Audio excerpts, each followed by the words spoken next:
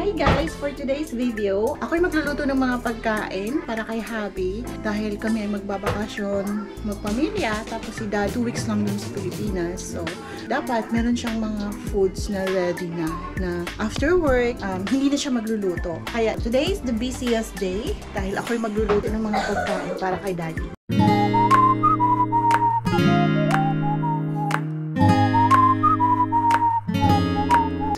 Guys, meron na akong niluto kagabi na sauce. Hindi ko lang natapos kagabi kasi medyo masyadong late na. Ngayon ay ilalagay ko na yung lasagna noodles sa kumukulong tubig. At saka kinulang ako ng lasagna noodles. Yung nag-grocery kasi kami, hindi ko nabantayan na yung lasagna noodles na stock namin dito sa bahay ay kulang. Dapat pala kumuha ako ng marami. Good job! So, kung ano lang yung available ngayon, ay yan muna ang lulutuin ko.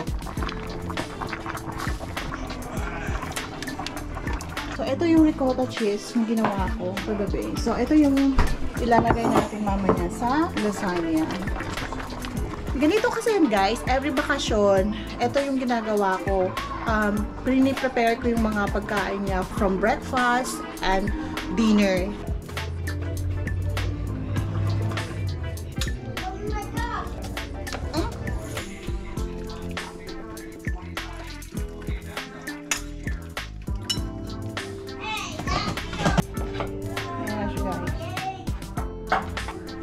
So, ang unahin ko muna ngayon ay sauce. Ilalagay ko siya dito.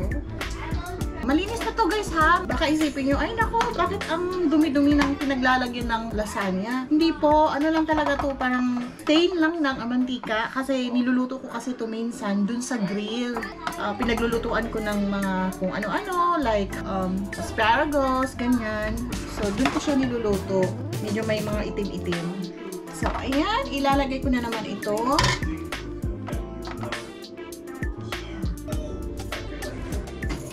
Siyempre, inuna ko muna yung sauce sa ilalim para hindi siya didikit yung noodles mismo sa pan.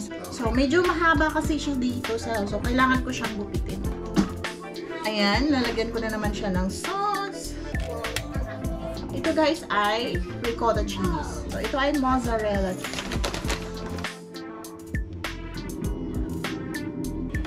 So, ayan guys. Tamang-tama lang talaga siya kasi yung isang box ng noodles, ito lang yung natira. Isang noodle. Tamang-tama talaga yung ito yung ginamit ko na pan. Kinulang ako! Oh my goodness! Ayan. Oh my goodness. So, ayan guys. So, ito yung freezer namin. Nakuha ko lang to siya sa Facebook Market.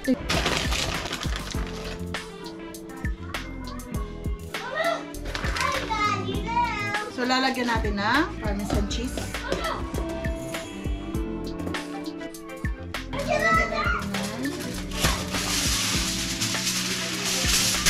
So, guys, para di dumikit yung yung cheese, gagawin nyo is sprayhan lang. Para di dumikit yung cheese.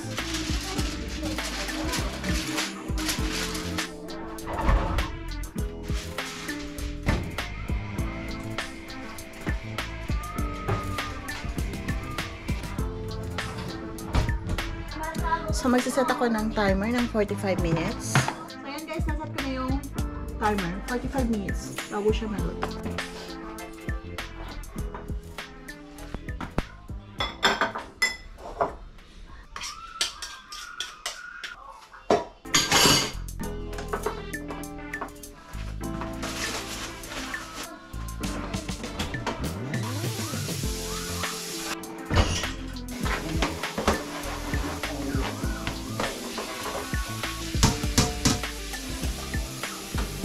Ayun guys, I have to transfer na yung lasagna.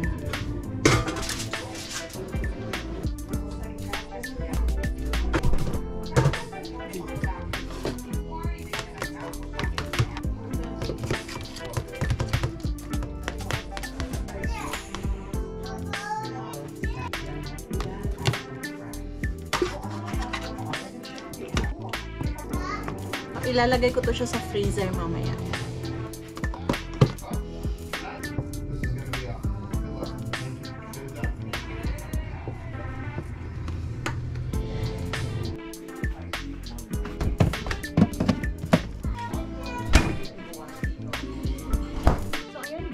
nilagay ko na yung lasagna sa freezer. Tomorrow magluluto naman ako ng buttered chicken. So, ayan. Sinabihan ko si Daddy na bibigyan na lang ng pizza.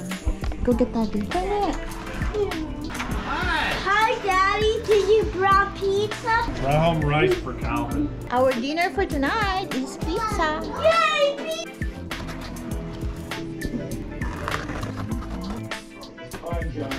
Wash my hands, girl. Videos from his 20 new book.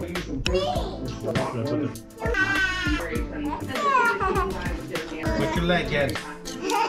You need timer? The better come Which maybe makes the session more freely it's going to more here because they're allowed to change jobs here. Business group say. For competition because it's gonna as well as basically moves made by his administration they've made to go after price gouging balance towards Road ahead.